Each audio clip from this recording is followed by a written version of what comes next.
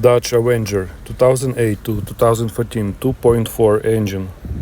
The crankshaft position sensor is located on the right side at the back bottom of the engine.